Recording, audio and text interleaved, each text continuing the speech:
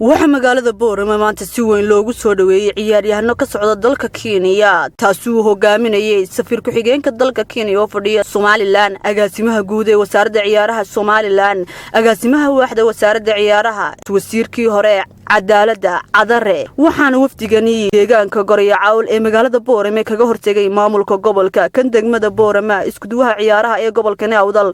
taliyaha qaybta iyo mas'uuliyiin kale ugu horeyntii waxa halkaasi ka hadlay duqa degmada Boorama mudane Suleymaan Xasan Xaddi iyo barasaab ku xigeenka gobolka Awdal ahna kusimaha barasaabka gobolka Awdal Awaale Maxamuud Cilmi oo iyaguna halkaasi ka hadlay ayaa soo dhaweeyay ciyaaryahanadan ka socda dalka Kenya waxayna yiraahdeen waan soo dhaweynaynaa mar labaad iyo mar saddexaadba safiirka iyo mas'uuliyiinta kale reer Somaliland iyo walaalaha iyaga ka yimi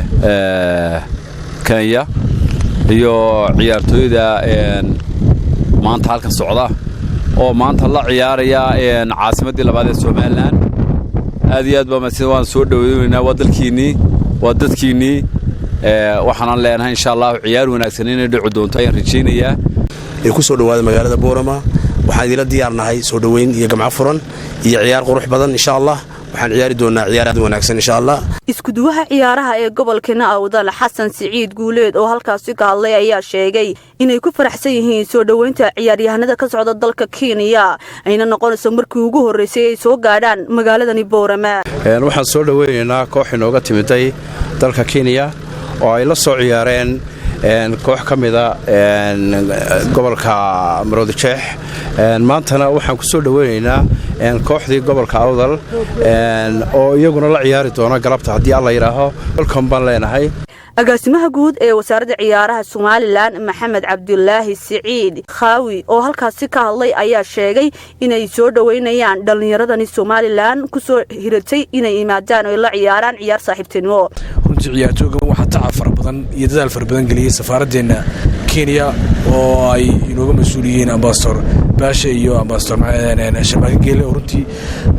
keenay ciyaartooyinka ku qanciyeen dalkan imaadayna uga mahad celinaa runtii insha Allah waxa rajeenayaa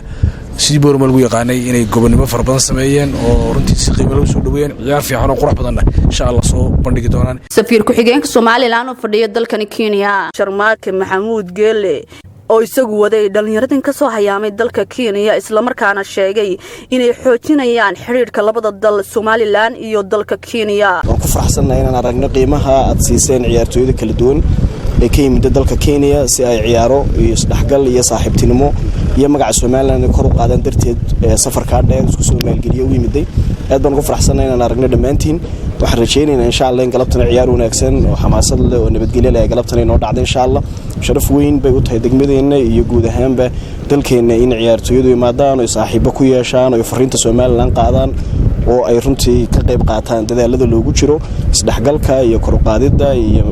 iyo muuninta magaca Somaliland guud ahaanba isku soo wada duubo waa markii ugu horeysay taariikhda ay ciyaaryahanada dalka Kenya ka socdaan soo gaadhaan Somaliland oo waliba la ciyaaraan ciyaar saaxiibtinimo leh dhalinyarada Hargeysa iyo Boorama waa farxiyo laki TV-ga qaranka Boorama